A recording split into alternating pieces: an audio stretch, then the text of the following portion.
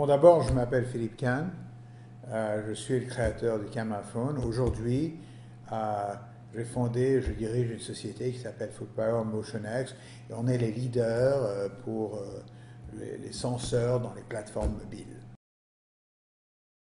Je suis arrivé aux États-Unis, en fait, dans la Silicon Valley, au milieu des années 80. Et à une époque où en fait, bon, le web et l'Internet n'existaient pas encore. J'ai quitté la France parce que, en fait, je voulais aller dans la vallée, dans Silicon Valley, parce que, en fait, la Silicon Valley est le pôle d'innovation technologique dans le monde, et bon, c'était clair. Et comme ma passion, c'était la technologie, l'innovation, l'invention, donc moi, je voulais être là où la légende disait que tout arrivait. Et donc, je suis venu à Silicon Valley avec un visa de touriste, euh, avec des. Je veux dire, mon seul but, c'était d'obtenir un job dans une des sociétés qui était une des sociétés phares de l'époque, comme Apple et d'autres. Ben, quand je suis arrivé dans la vallée, la première réalisation que j'ai eue, c'est que j'avais pas de carte de travail. Et puis en plus, je me suis rendu compte que ce serait difficile d'obtenir un job à Apple ou dans une autre société parce que, bon, bah, les grosses boîtes comme ça demandaient des cartes de travail. Alors, je me suis rendu compte qu'à l'époque, il n'y avait pas de standard, il y avait des ordinateurs de toutes sortes et des imprimantes de toutes sortes. Et donc, j'ai trouvé un magasin à San José, dans le Silicon Valley, qui vendait des câbles qui connectaient en fait des ordinateurs à des imprimantes. Et chaque câble était fait sur mesure. Et donc, j'ai utilisé mes capacités d'électronicien à créer une famille de câbles que cette société vendait.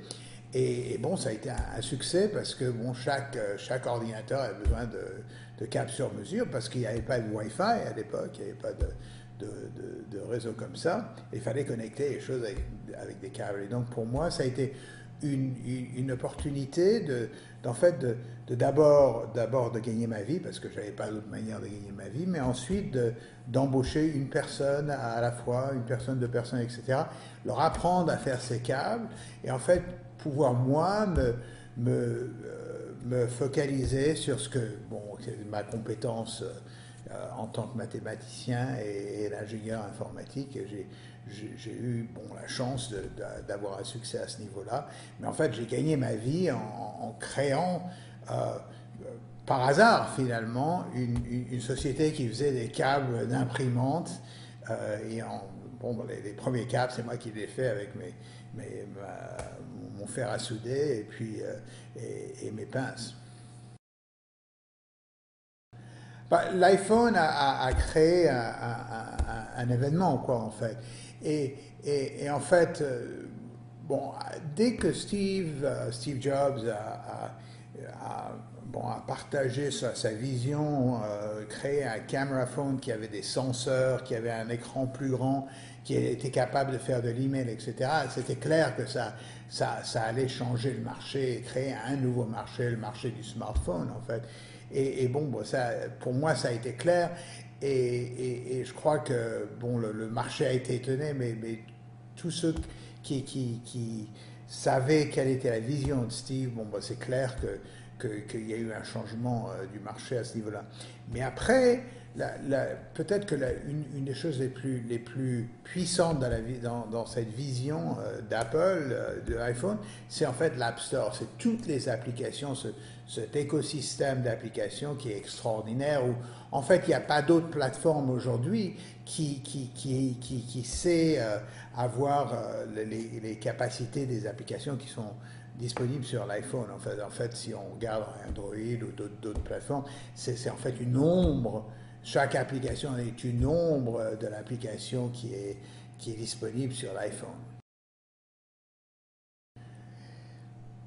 Pour moi, en fait, ce qui est le plus surprenant dans l'iPhone, c'est le fait que l'App Store a été un tel succès et que les autres plateformes, par exemple comme Android, n'aient pas compris le succès de l'App Store. Enfin, le succès de l'App Store, c'est que Apple a garanti la qualité des applications et en garantissant la qualité des applications, a fait que les gens n'ont pas peur de dépenser un peu d'argent pour acheter une application.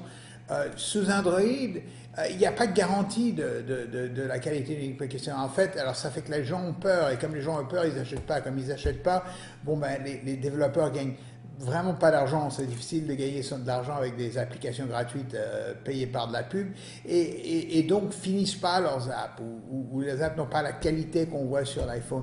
Et en fait, c'est un peu dramatique pour ces autres plateformes. C'est que ce qui est surprenant, c'est que personne n'ait compris, en fait, que cette garantie d'Apple de la qualité des applications d'iPhone et en fait d'aider une communauté de développeurs à gagner bien leur vie est quelque chose d'unique et en fait qui fait le succès de l'iPhone. Bah pour nous, en fait, quand on a vu l'iPhone, on savait qu'ils avaient des capteurs, des senseurs, et en fait, bon, parce qu'on on est des bons ingénieurs, et donc on s'est rendu compte de ce qu'Apple faisait avant qu'Apple, en fait, ait publié ses API. En fait, bon, quand ils ont publié leurs API, on a utilisé les API d'Apple. Ça nous a permis, en fait, de prendre notre plateforme MotionX et puis de l'appliquer en fait sur l'iPhone. L'iPhone est vraiment un objet de catalogue fantastique pour nous parce que ça montre ce dont on est capable. Bah, pour beaucoup de gens, le Web 2.0, c'est une manière de créer un business et c'est un business qui est en fait qui dépend du positionnement et du marketing plus que de la technologie. Moi, c'est pas quelque chose que je sais réellement faire. Je suis un technologiste, un mathématicien, un programmeur, et bon, je connais la technologie, mais enfin, le marketing, le positionnement égal, c'est pas ma spécialité. Ça, je laisse ça à d'autres. Donc, ce que je peux dire, c'est que mon succès ou le succès des sociétés avec lesquelles je suis associé est vraiment un succès de technologie, d'invention, d'innovation. Et c'est ça que je sais faire. Ben non, il y a plein d'autres gens qui savent faire d'autres choses.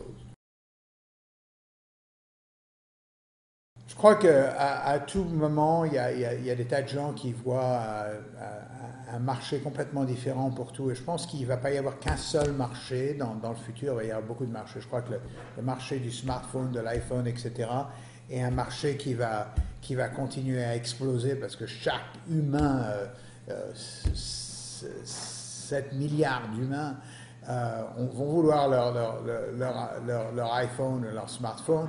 Et donc ça, c'est un marché extraordinaire. Mais bien sûr, il y a d'autres opportunités comme des écrans et la capture de voix, etc., qui permettent une interaction normale, par exemple à la banque ou à bien d'autres endroits ou dans une voiture, etc. Donc il y a une combinaison de solutions qui va avoir du succès. Mais la chose qui est vraiment clé, c'est se réaliser que le marché du smartphone va continuer à exploser jour après jour, mois après mois, année après année.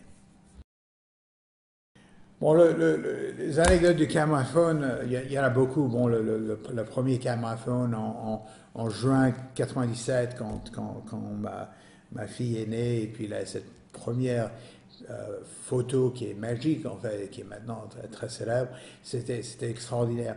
Mais une anecdote qui est, en fait, bon, ça me fait toujours sourire tous les jours, c'est quand je suis à un endroit, n'importe où, devant un phare, devant le Grand Canyon ou devant l'Arc de Triomphe à Paris, c'est quelqu'un qui me donne leur iPhone et qui me dit, est-ce que vous pouvez nous prendre une photo de notre famille devant l'Arc de Triomphe? Et bon, le fait qu'il me le demande et que je prends la photo, pour moi, bon, ça me fait un grand sourire. C'est en fait c'est vraiment exactement ce qu'on pensait, la possibilité d'avoir un appareil photo de qualité avec soi à tout moment et pouvoir instantanément partager ce moment. Bon, c'est le Polaroid du 21e siècle. Il y a beaucoup d'anecdotes sur Full Power Motion X, parce que bon, c'est une aventure extraordinaire pour nous, on a un succès énorme. Euh, une anecdote récente qui était fantastique, c'est quand à Hawaï, des pompiers en fait qui sont là pour sauver les gens, ont utilisé notre Motion X GPS pour trouver quelqu'un qui était tombé dans un gouffre, en fait, qui avait leur iPhone et qui a été capable, en fait, de leur donner leur position et de laisser cette position s'afficher directement sur l'iPhone qui était dans l'hélicoptère des sapeurs-pompiers qui étaient à leur rescousse et sont arrivés à être sauvés. Et pour nous, ça, c'était vraiment quelque chose d'extraordinaire parce que, bon, c'était vraiment un point où notre technologie a réellement aidé à changer le cours de quelque chose qui aurait pu être dramatique. Dans Silicon Valley, il y a tellement d'anecdotes, il y a des anecdotes tous les jours, des gens qui viennent chercher l'or et qui trouvent du plomb, et des gens qui viennent chercher du plomb et qui trouvent de l'or. C'est toujours la même histoire, c'est un peu une histoire d'alchimiste, en fait, la Silicon Valley. Mais en fait, là, il y a quelque chose de profond et d'important dans la Silicon Valley, c'est que la Silicon Valley est faite de cycles. On voit ça tous les 5 ans, 7 ans, ça dépend de la longueur de cycle. Bon, il y a des cycles de succès, des cycles de challenge. Et dans les cycles de challenge, il y a toute une espèce de gens qui émigrent, qui s'en vont, enfin, c'est fini l'âge d'or de Silicon Valley, et bon, ça arrivera plus. Et puis après vient le nouveau cycle de Silicon Valley. Et un peu l'anecdote de Silicon Valley, c'est que Silicon Valley, c'est en fait, bon, il y aura des hauts et des bas, il y a tout ça, mais à la fin, Silicon Valley reste le centre d'innovation pour technologie dans le monde. Si on veut être dans la technologie, si on veut être où l'innovation va apparaître, la vision du futur, ça va être à Silicon Valley. Bien sûr, la Chine, le Japon, l'Europe ont une importance énorme, mais Silicon Valley c'est spécial. C'est même pas les États-Unis, c'est réellement Silicon Valley. C'est l'épicentre mondial de l'innovation.